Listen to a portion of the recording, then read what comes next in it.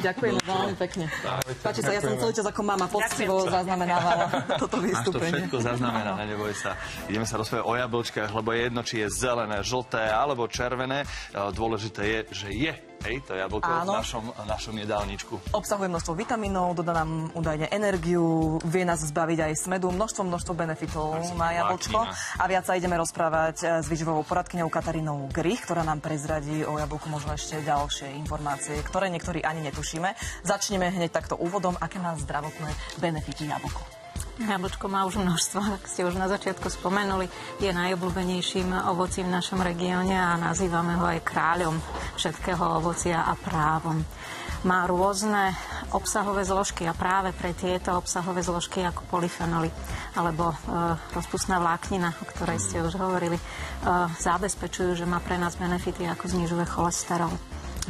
Takisto čistí, detoxikuje organizmus, má aj protirakovinové účinky, predovšetkým na hrubé črevo, znižuje krvný tlak, cukrovku, takisto má množstvo iných benefitov v zmysle tom, že podporuje trávenie, ale má aj vitamíny, minerály, stopové prvky. Takto by sme mohli pokračovať naozaj veľmi dlho.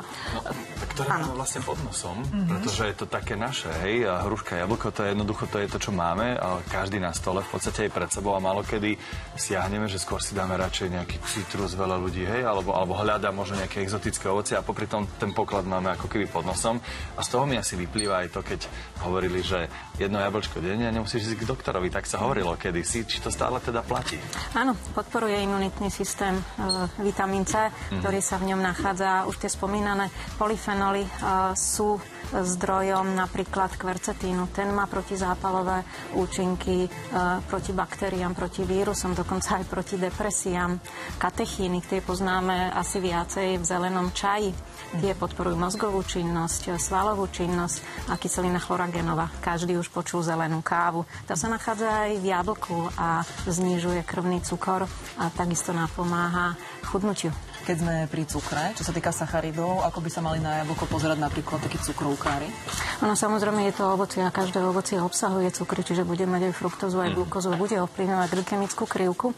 Avšak práve pre dostatok vlákniny a tieto polyfenoly má celkom dobré glykemické skóre, avšak keď povieme A, musíme povedať aj B, že ten objem, množstvo, načasovanie, kedy to jablčko konzumovať, je dôležité. Čiže ja odporúčam viac skôr spolu s jedlom a to jedno jablčko k tej danej porcii určite neuškodí cukrovkárom, práve naopak, a aj redukcie chtivým pomôže nasytiť. V akej forme možno ešte to jablčko jesť? Lebo niekto povie, že radšej má nejakú výživu, niekto ho má radšej prepasírované, niekto len tak si ho odhryzne. Niekto odšťavuje.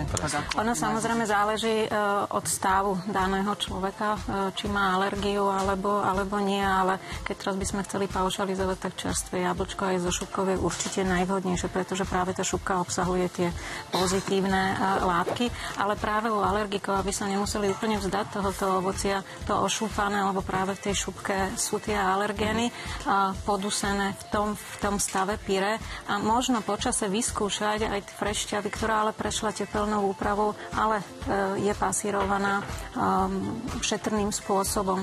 Čiže vyskúšať aj tak, ale samozrejme čerstvé jablko je to najlepšie.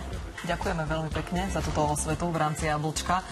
Naozaj na ňom mnohí zabudáme. Ja som si napríklad dnes ráno dal, lebo som vedel, že sa o tom budeme rozprávať, ale nebudem sám, lebo aj Rebeka odovzdá niekomu z našich divákov cenu. Tak Rebeka, máš slovo? Áno, odovzdávam diváčke Ivanke zo Stropkova, získava plnú dávku energie a vitamínov, 100% ovocných šťav značky Fruxifresh od spoločnosti Gas Familia. Gratulujeme. Ďakujeme, gratulujeme samozrejme aj my. A ideme za našou Gabikovou do kuchyne, ktorá už vytiahla z rúry aj slivkový koláč a teraz